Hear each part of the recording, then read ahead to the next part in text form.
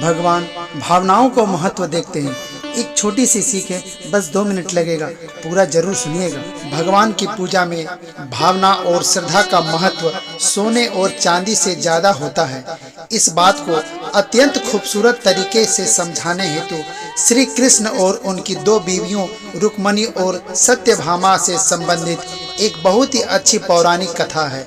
भगवान श्री कृष्ण की पत्नी सत्यभामा के मन में एक दिन बहुत ही अजीब सा विचार आया। वह हठ करने लगी कि श्री कृष्ण जी को अपने गहनों से तोलेंगी। श्री कृष्ण जी को जब यह बात पता चली तो वे सत्यभामा से कुछ बोले नहीं, बस मंद मंद मुस्कुराने लगे। सत्यभामा अपने ढेर सारे जेवर ले आई। पलड़े के एक तरफ उन्होंने भगवान को बैठा दिया और दूसरी तरफ अपने जेवर रखने लगी, लेकिन पलड़ा अभी भगवान की तरफ ही झुका था। सत्यभामा के पास जेवरों की कोई कमी तो थी नहीं। वो जाकर और ढेर सारे जेवर ले आई, लेकिन पलड़ा जरा भी नहीं हिला। सत्यभामा ने अपने सारे जेवर तराजू पर रख दिए, लेकिन कोई फायदा नहीं हुआ।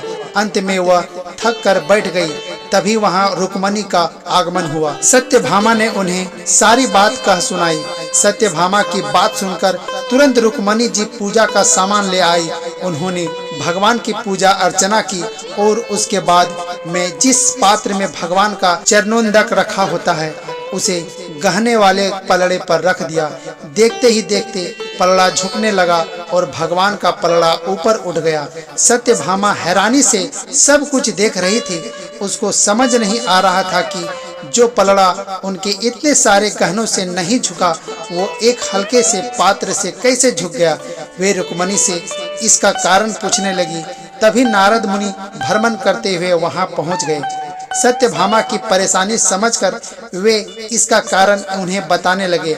नारद जी बोले, भगवान की पूजा में महत्व सोने चांदी के गहनों का नहीं होता, बल्कि सच्ची भावना और श्रद्धा का होता है। रुक्मणी ने अत्यंत प्रेम से भगवान का पूजन किया, जिससे उनकी श्रद्धा और भक्ति की ताकत चरणोदक में समा गई। जब रुक्मणी ने वह पात्र तराजू पर रखा तो उनकी भक्ति की ताकत से पलड़ा नीचे चला गया। ईश्वर को सिर्फ सच्चे प्रेम, श्रद्धा और भक्ति की भावना से ही पाया जा सकता है। सोने चांदी और रुपये पैसों का भगवान की नजर में कोई मोल नहीं होता। भगवान की पूजा यदि सही ढंग से की जाए तो ईश्वर की प्राप्ति अवश्य होती है।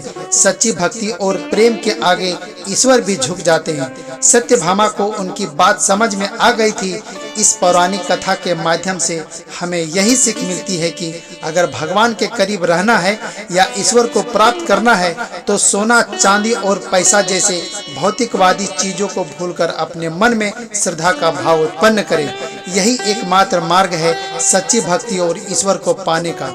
दोस्तों, यही एक छोटी सी सीख है कि भगवान भावनाओं को महत्व देखते हैं।